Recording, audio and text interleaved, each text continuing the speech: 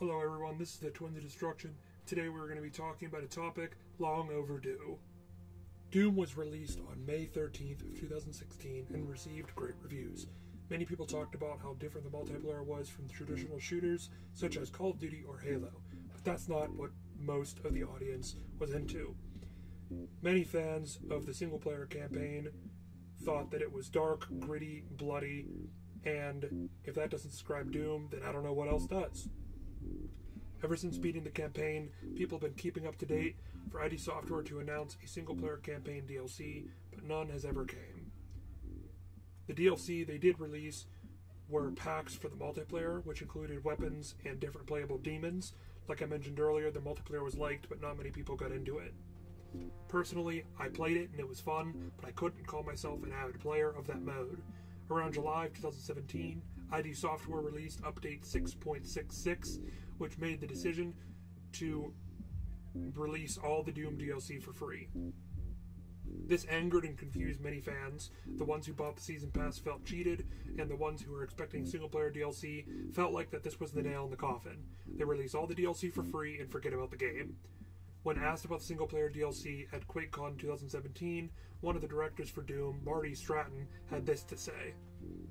I can't really talk too much about it, but campaign DLC for Doom isn't on the table right now. We know you're not the only one that feels that way. There's a lot of us internally that feel the same way, so we know how important it is, and we want to make fans like you happy. So, as soon as we get down a path on something that we can talk about, we definitely will. Now, call me crazy, but if I remember correctly, in May or somewhere around there of 2017, I recall an article where it said that ID Software said something like, "Don't worry, Doom single-player DLC is on its way." So that's why I got confused when I heard about this quote. But if you can find that article, or if I'm just going crazy, please let me know in the comments down below, because I swear I read that somewhere. But anyway, what he is saying is that they want a Doom DLC, but they can't do anything or say anything at the moment. Despite 2018 being its second birthday, I find it surprising that they actually said, quote, "As soon as we get down on a path on something we can talk about, we definitely will." That quote does give me hope for the future, because of those of you who played through the Doom campaign, you know that they were teasing at a DLC. If you guys want me to share my thoughts on the ending, and maybe even a speculation video on where the DLC could go, please leave a like and comment down below. I would love to talk about this fantastic game more often. So we covered the basics. ID wants a Doom DLC, but it seems like something is holding them back. Could it be Bethesda? Now, hear me out. In late 2016, Bethesda spoke out on how they were surprised Doom single-player did so well.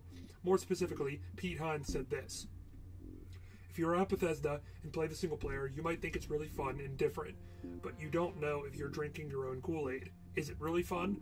Or are people going to play it and dislike the fact that there's no voice protagonist, or the fact that there's no real story? And they will say, ID Software hasn't got out of the 90s, same old, 6 out of 10. You never know which of these two scenarios we'll end up getting."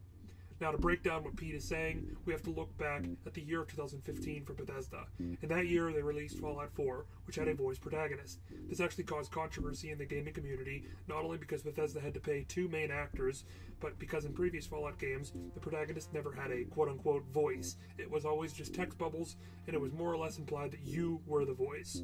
But regardless, you look at this comment and think, is this what they wanted for Doom? Did they want to make changes to Doom like they did for Fallout?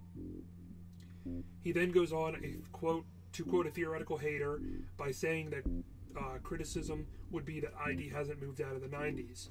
What he is saying here is that because the original Doom came out in 1993 and it was wildly successful and spawned many sequels, that ID would focus too much on that original game and quote-unquote clone it for Doom 2016. I played the original two Doom games, and honestly, they were a ton of fun. And when playing Doom 2016, I couldn't help but think of the originals, but that's not a bad thing. I think it was an incredibly well-done experience, and ID hit the head right on the nail when it came to making another Doom game. I don't know, maybe I'm analyzing Pete's quotes too much, but let's move on. With Wolfenstein 2 and Wolfenstein The New Order both coming out in the past 3-ish years, from 2014 to 17, they released The Old Blood, which was for Wolfenstein The New Order, the one that came out first, and they're in the process of releasing 3 DLC packs for the new Colossus. Now, why did both Wolfensteins get a total of 4 DLC packs, but Doom only got a few multiplayer packs?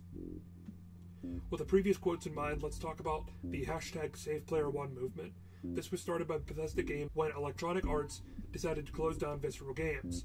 That studio was responsible for creating the Star Wars game that had been rumored for years, and the only word on its progress was a video of about 5 seconds and a few concept art images. Blake Jorgensen, who is EA's CFO, had this to say about the closing of the studio.